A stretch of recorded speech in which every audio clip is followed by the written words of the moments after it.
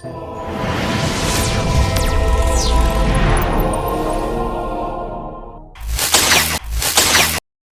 yang kami sampaikan di kesempatan Jumat kali ini berjudul meraih berkah dengan cara berkurban.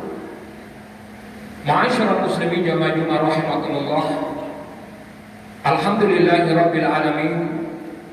Beberapa hari ke depan insyaallah kita akan melaksanakan ibadah haji atau hari raya kurban atau Idul Adha.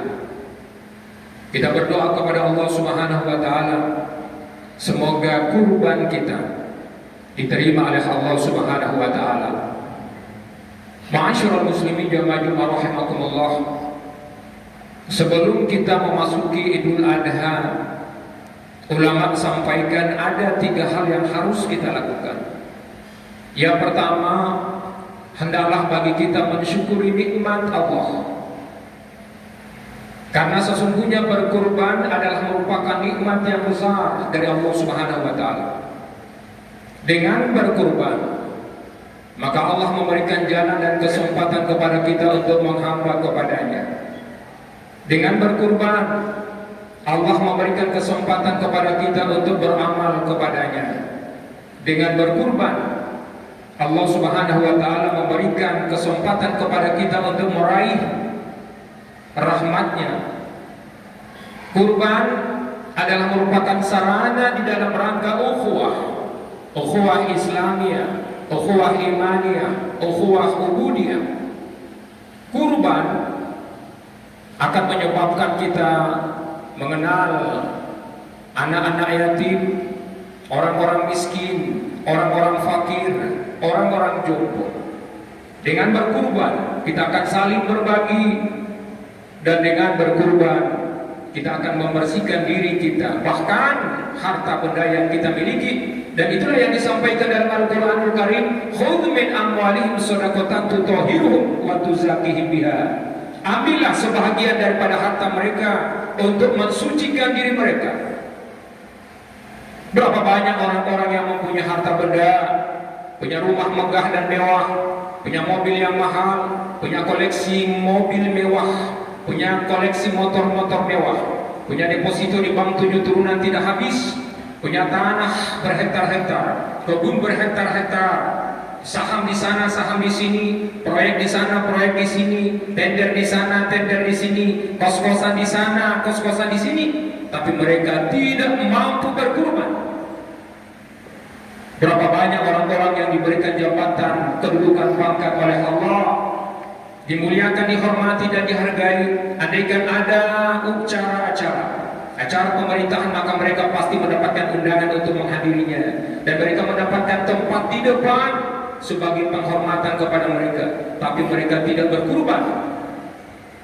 Berapa banyak orang-orang yang diberikan, dianugerahi nikmat sehat walafiat lahir dan batin oleh Allah, badannya besar, tinggi, maco, atletis, tapi dia tidak berkurban. Maka olehnya orang-orang yang di tahun ini dia berkurban, insya Allah dia telah mendapatkan anugerah nikmat yang besar dari Allah Subhanahu wa taala.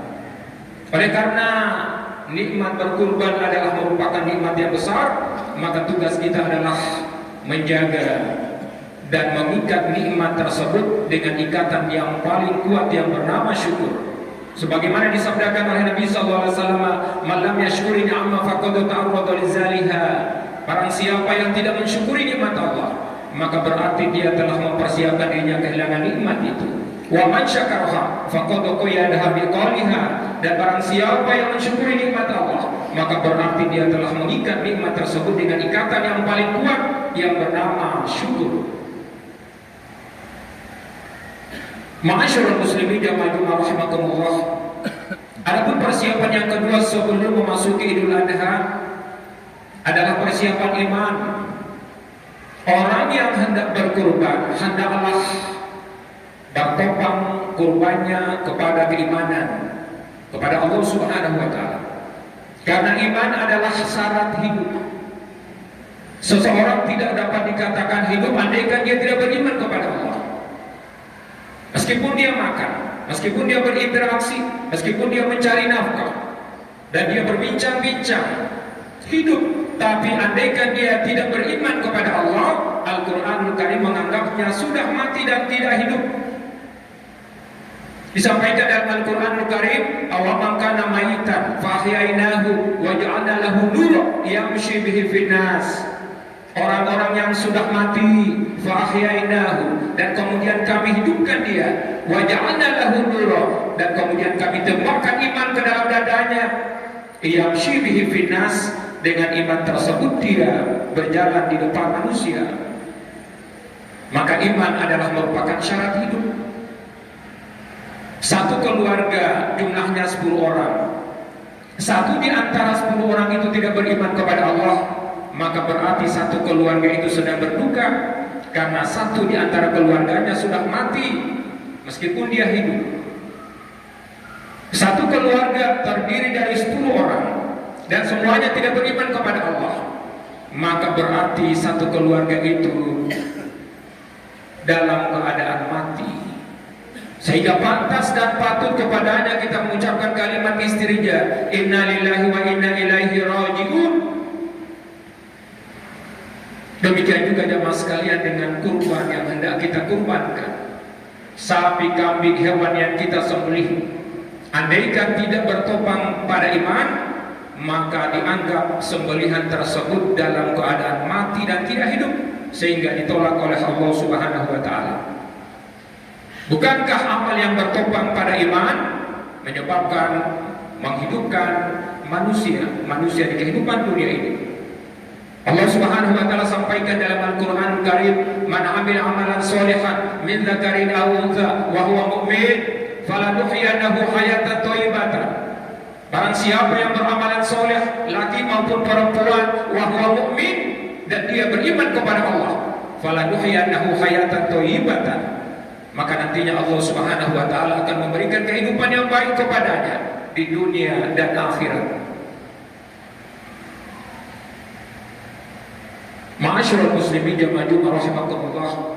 Adapun yang ketiga yang terakhir, sebelum memasuki Idul Adha, maka hendaklah kurban yang hendak kita sembelih berasal dan bersumber dari sumber-sumber yang halal dan bukan haram ataupun syubhat. Nabi SAW sampaikan dalam hadisnya, man akala luqmatal haram lam yaqbal Allah Ta'ala minhu salatan arba'ina yauman wa kullu lahmin ambatahu suhtu wal harami fannaru aula biha. Barang siapa yang memakan makanan haram, barang siapa yang meminum minuman yang haram, maka Allah tidak menerima salat dan doanya selama 40 hari 40 malam, karena setiap jasad yang bersumber dari sumber-sumber yang haram condong kepada hal-hal yang haram pula. Abdullah bin Umar pernah ditanya oleh seorang sahabat, wahai Abdullah, ada seseorang yang akan menyembelih kurban seekor kambing, tapi sebelum disembelih, kambing tersebut makan dedaunan yang ada di tempat sampah.